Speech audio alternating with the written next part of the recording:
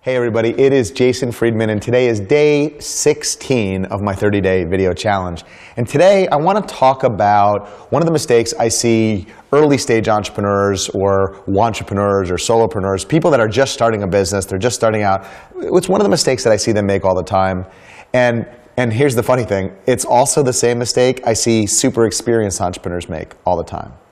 And it's also the thing I see entrepreneurs that are kind of in between that experience level make all the time.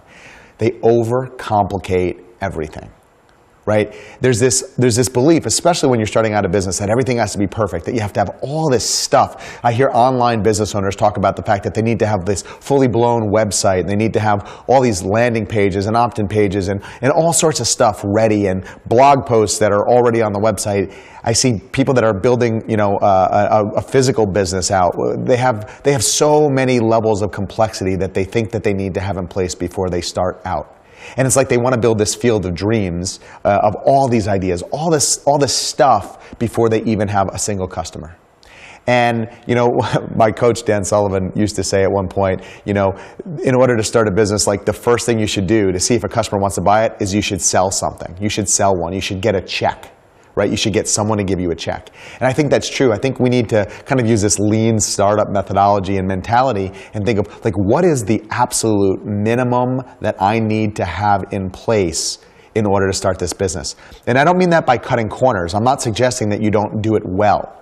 I'm suggesting that there's certain things that need to be in place to start, that are required to be in place to start a business. And even when you have an existing business, if you're going to start a new product or launch a new angle of your business, a new area of your business, or whatever it is, it's like we make it so overcomplicated. We try and build all of this stuff into the mix, and it slows us down. In fact, most of the time it paralyzes us. It adds unnecessary expense. It adds stress to our team.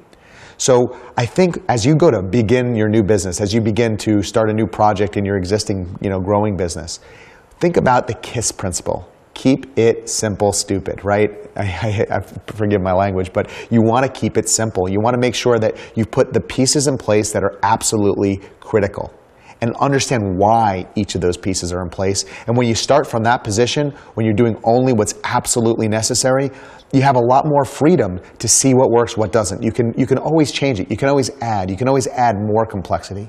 But from my experience, your team, your customers, everyone appreciates the simplicity and the focus when you do it that way.